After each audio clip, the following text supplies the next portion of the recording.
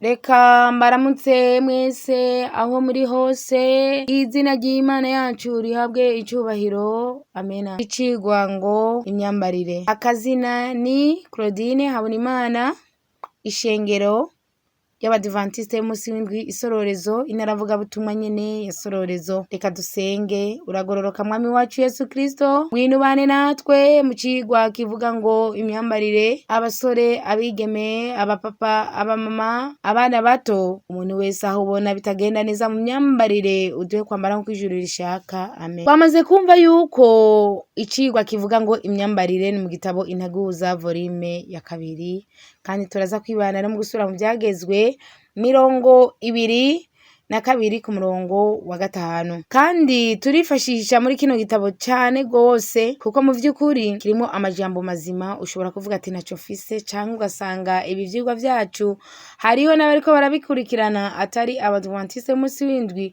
Ushobora kugira amatsiko yo kugira ngo ushobore kuronka kino gitabo, ndagutumirire kugira ngo nawe ushobore kukigura.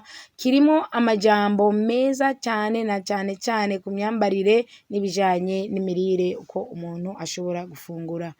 Ariko rero twibande cane ku kintu kijanye ni imyambarire. Icigwa kivuga ngo isuku.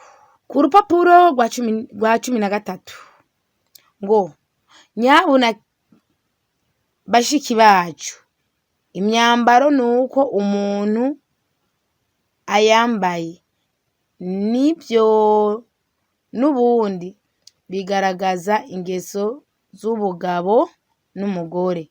Umugore rero wiyorohesha, wubaha Imana, yambara ikinyabupfu, ubwenge burezwe neza, bugaragaza no gutoranya imyambaro yoroheje kandi ikwiriye Imana yacu ihabwe icubahiro. Ngo abagore n'abakobwa bakwiriye kwambara imyambaro ikwiriye, bagira isoni kandi birinda muhe ab'isi icitegererezo c'ubuntu bw'Imana. Mbese ubu bafite isoni mu myambarire? Ni ikibazo ngaha bariko baratubaza. Ego, na cane kw'ishengero ryacu aya majambo tuca tuyabona mu gitabo Inama zigirwa itorero volume ya 1, paji hariyanye 118 na 19. Hano bariko baratubwira yuko imyambaro abakobwa bakwiye kwambara n'abagore.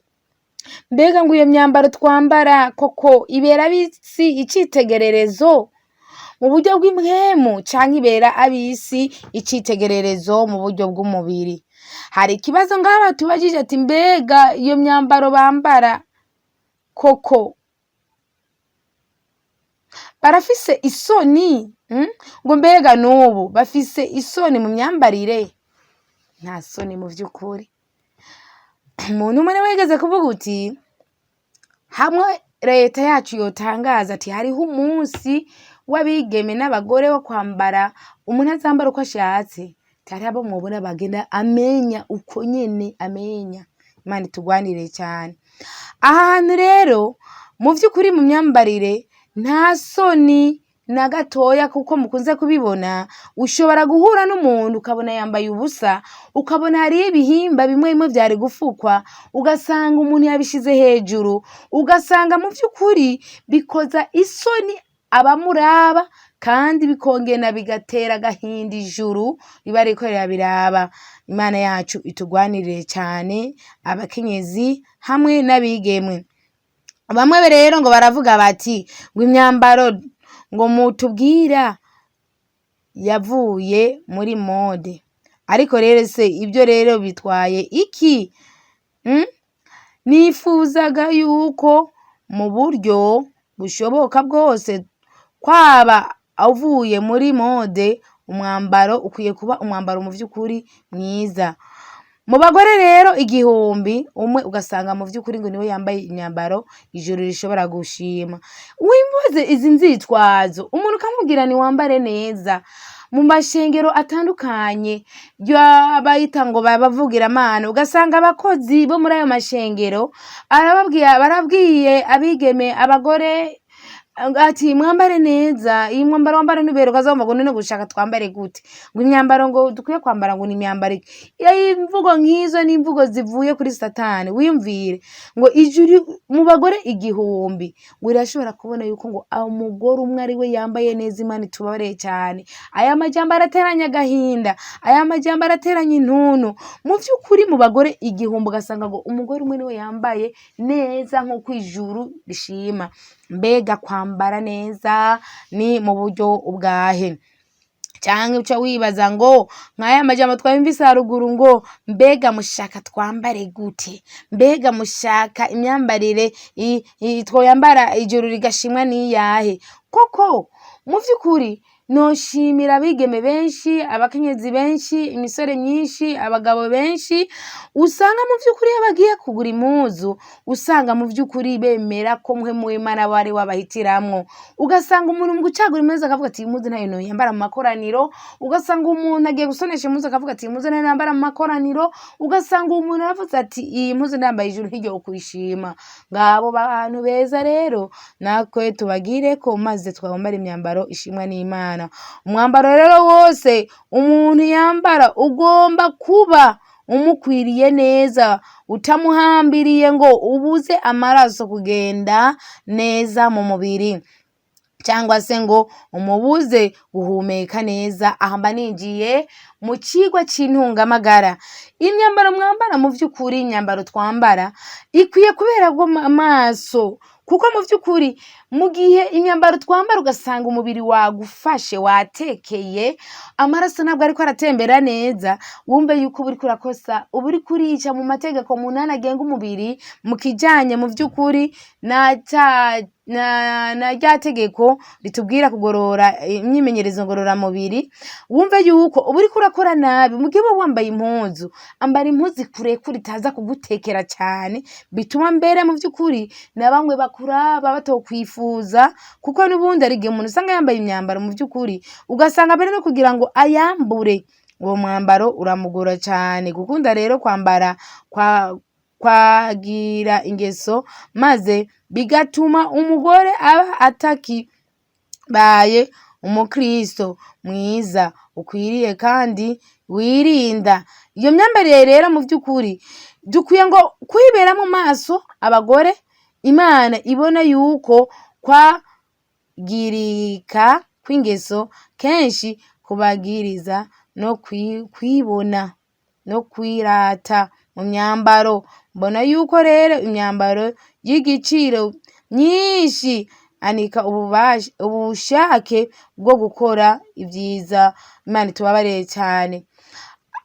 Ndabivuga kandi murabizi kenshi nimba hari abantu b'ubwibone, nimba hari abantu Satani yateze, ni abadamu. Ugasanga umugore yambariye impuzu z'agaciro, ugasanga mu by'ukuri uwo mudamu yambaye impuzu z'agaciro, kenshi usanga ari byo kwirata, kenshi usanga ari ibintu mu by'ukuri bibwirizwa n'ibikorwa bya Satani.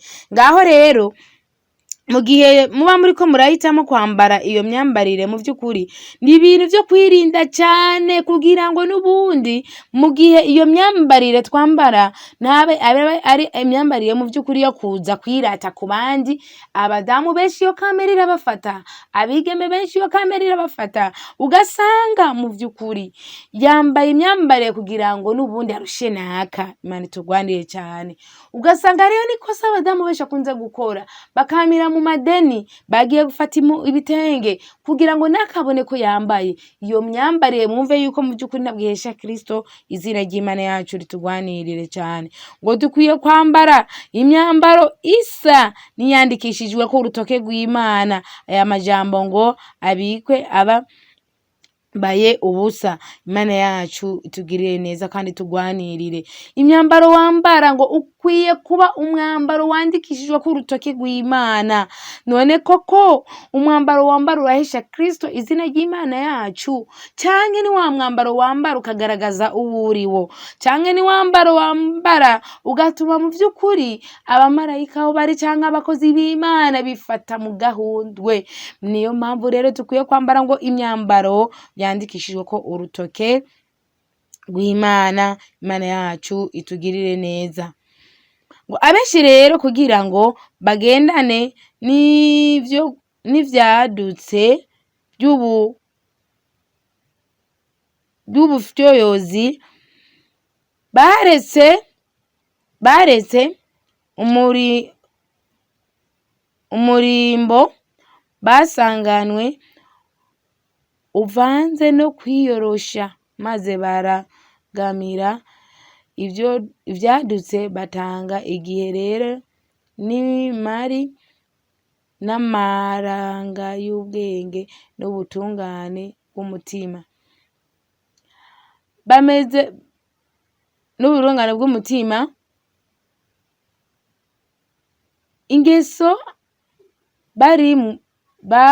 ingeso ibarimwo yo kuwambara bakurikije uburyo bwadutse bw'ivy'umurimbo, izahabu n'imyenda itanzwe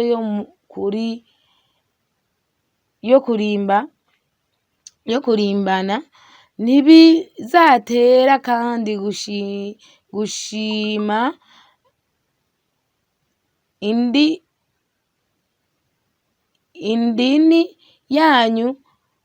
idini ryanyu cangwa ukuri muvuze ko mukurikiza abantu baza kugenzura bareba umwete wanyu wo kurimbisha inyuma, bikabahamiriza ko muri abanyantege nke n'abarari. Imana yacu tugwane cyane.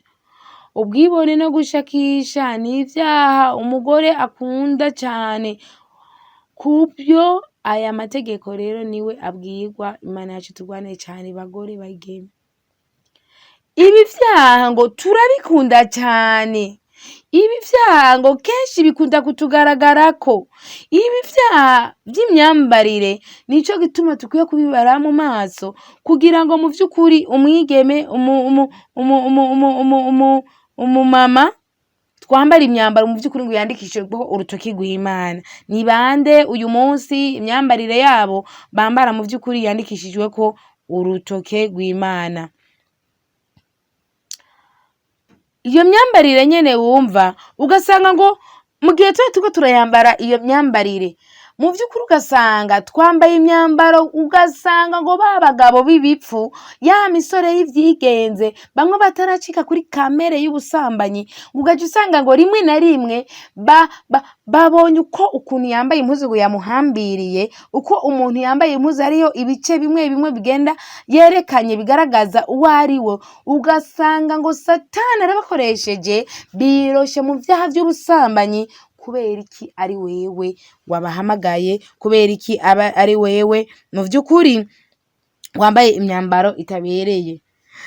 Wiyumvire ugasanga mu vy'ukuri hariho imyambaro idakwiye kwambagwa, ari ikizira c'ubuyobe. Rimwe na rimwe ukunze kumva abantu bavuga ngo muri Bibiliya n'ahantu namwe handitse habuze umuntu ivyo yambara. Ekada nukwihenda. Reka ngutumirire utore Bibiliya kugira ngo turabire hamwe mu gusubira mu vyagezwe 22 ku murongo wa 5. Ndasoma mu izina rya Yesu. Ngo nihaze yagire izina mukobwa yambara impuzu n'izina muhungu, canke ngo hagire izina muhungu yambara n'izina mukobwa, kuko ukoze ivyo wese aba abaye ikizira kuhoraho Imana yacu. Imana itubabarire cyane. Mu vy'ukuri ugasanga ibintu vyarajyanye, ugasanga ari imyambarire ko twagiye turabivuga, umuntu akambara imyambarire itagenewe yuko mu vy'ukuri iyo myambarire akwiye kuyambara. Twumvise yuko ngo nikizira ngo kuhoraho. Mu gihe uwo muntu aba yambaye iyo myambarire, ugasanga mu vy'ukuri uhoraho ntabwo ariko arishimira. Bikwiye gutandukana ngo zina mukobwa, zina muhungu. Imyambaro dukwiye kwambara irahari mu vy'ukuri, arico gituma rero dukwiye ngo kuba maso cyane kugira ngo n'ubundi Satani ntiyihange muri ivyo bintu maze bituma mu by'ukuri dushobora gutukisha izina ry'Imana biciye mu myambarire. Arico gituma rero bahamagarira kugira ngo twambare imyambaro yandikishijweko ngo urutoke rw'Imana yacu. Ku munsi w'igitabo c'Uwiteka nzahana ngo abambara imyambaro nk'iy'abanyamahanga, ngo tubibona hariya anye muri Zefaniya 1 ku murongo wa 18, ku murongo w'8. Zefaniya 1 ku murongo w'8. Mu vy'ukuri Uhoraho ntabwo azoreka guhana abantu bambara imyambarire itabereye. Uhoraho ntazovyihanganira. Uhoraho ngo azobahana abo bantu bambara iyo myambaro mu vy'ukuri itari imyambaro igaragaza imyambaro y'Uhoraho. Ni kizira c'Uhoraho. Urabe rero uwo munsi umukobwa w'uyu munsi arambara ipataro, umugore w'umunsi akambara ipataro akagenda ngo yakubise ko imyambarire, wumve yuko ijuru rigira agahinda, kandi wumve yuko abamarayika mu vy'ukuri b'ijuru ngo bifuka mu maso. Urabe umugore w'uyu munsi ibintu vyarahindukiye. Nimba turi mu bihe vyo kwigorora imyimenyerezo ngororamubiri, kwambara iyo mpuzu mu vy'ukuri igaragaza igikorwa urimwo, novuga yuko ico kintu atari kibi.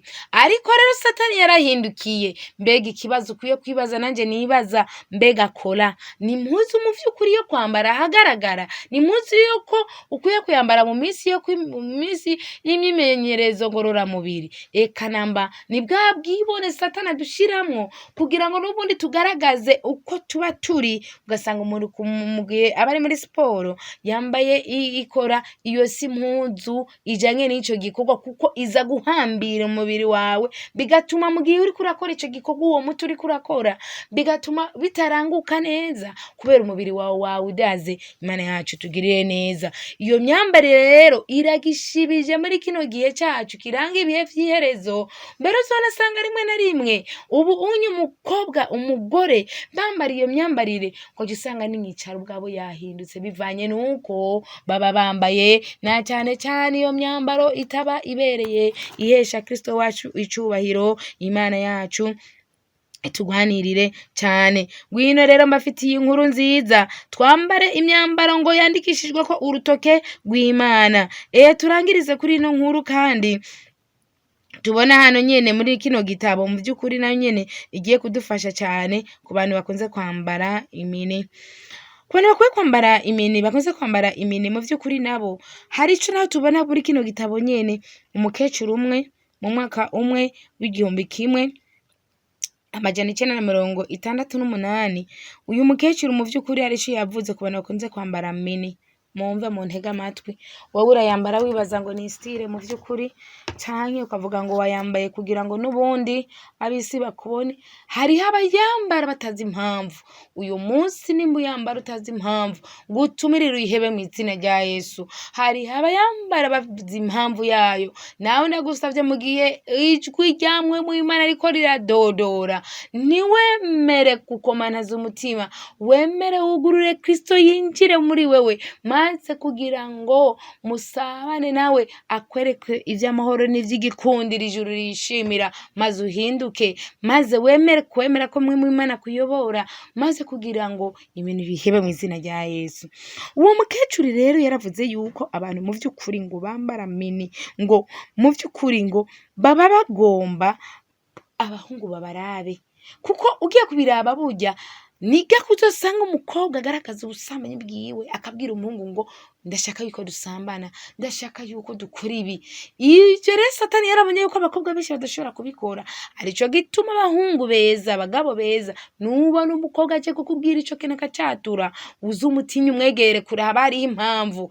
Kenshi rero Satani hariho umunyuro yazanye, hariho inzira yabicishijemwo. Satani abicisha mu bimenyetso, abakobwa bakambara ngo mini, mugera aba yambaye mini ngo aza kubwira ati ese ntundeba, uko atambuka ese ntundeba, ese ba bagabo b'ibipfamutima, ba basore b'ibipfamutima baheza bakaraba iyo mini, wowe ukazubona umuntu ariko aragukurikira hama ukamwikumura ngo wowe ngo nibiki, akubariye ati wampamagaye, imyambaro yawe niyo yatumye impamagara. Imana yacu tugwanirire cyane, nimuze twambare ngo imyambaro yandikishijwe kuri urutoke rw'Imana, uko bwibone buciye mu myambarire bitsindwe mu izina rya Yesu. Iyo myambarire twambare bigatuma ijuru rituravye ryifata mu mitima, bikagaragaza abo turi bo mu busambanyi, murare mu bwibone bitsindwe mu izina rya Yesu.